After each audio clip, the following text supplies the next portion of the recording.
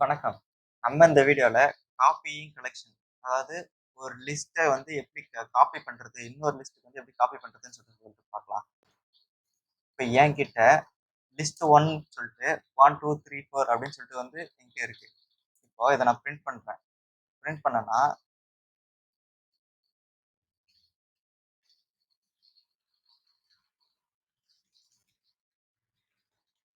இப்ப 1, 2, 3, 4 அப்படின்றது எனக்கு வந்து வந்துருச்சு. ஓகேங்களா?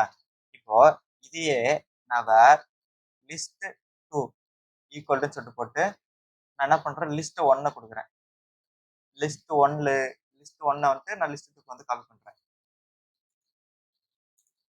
காப்பி பண்ணிட்டு நான் லிஸ்ட் 2 பிரிண்ட் பண்ணி பார்க்குறேன்.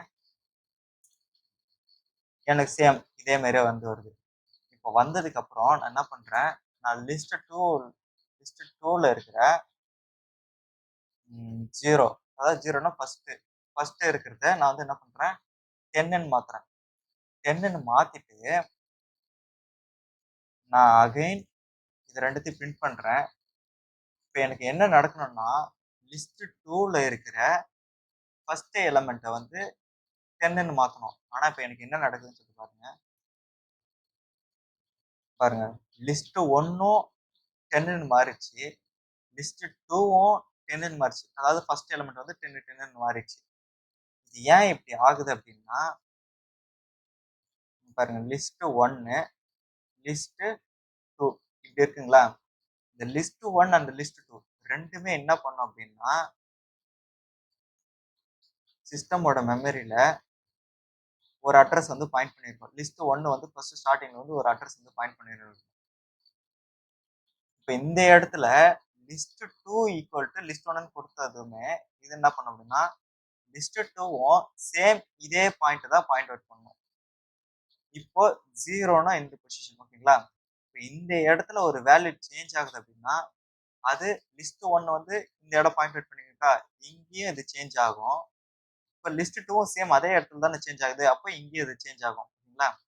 சோ இது 2மே ஒரே இந்த 2மே ஒரே இடத்த வந்து ரெஃபர் பண்றதுனால இந்த மாரி வந்து வருது. ஓகேங்களா? இது எப்படி ஓவர் கம் பண்றது அப்படின்னா, இந்த இடத்துல ஸ்கொயர் பிராக்கெட் குடுத்துக்கங்க. குடுத்துட்டு ஸ்ப்ரெட் ஆப்பரேட்டர் வந்து யூஸ் பண்ணணும். ஸ்ப்ரெட் ஆப்பரேட்டர்னா என்ன பண்ணணும்? 3 டாட் குடுக்கணும். 1, 2, 3 3 டாட்ட குடுத்துட்டு லிஸ்ட் 1ன்னு குடுத்துருங்க. இப்போ லிஸ்ட் 1ன்னு குடுத்துட்டு, இப்ப நீங்க ரன் பண்ணீங்கன்னா, லிஸ்ட் 1ல எந்த சேஞ்சும் நடக்காது. லிஸ்ட் 2ல அந்த வேல்யூஸ் எல்லாமே காப்பி பண்ணிட்டு, இது வந்து ஒரு தனி லிஸ்ட்டா இருக்கும். ஓகேங்களா? இப்ப இந்த கேஸ்ல வந்து என்ன ஆகும் அப்படின்னா, இங்க வந்துட்டு லிஸ்ட் 1 இருக்கு. ஓகேங்களா?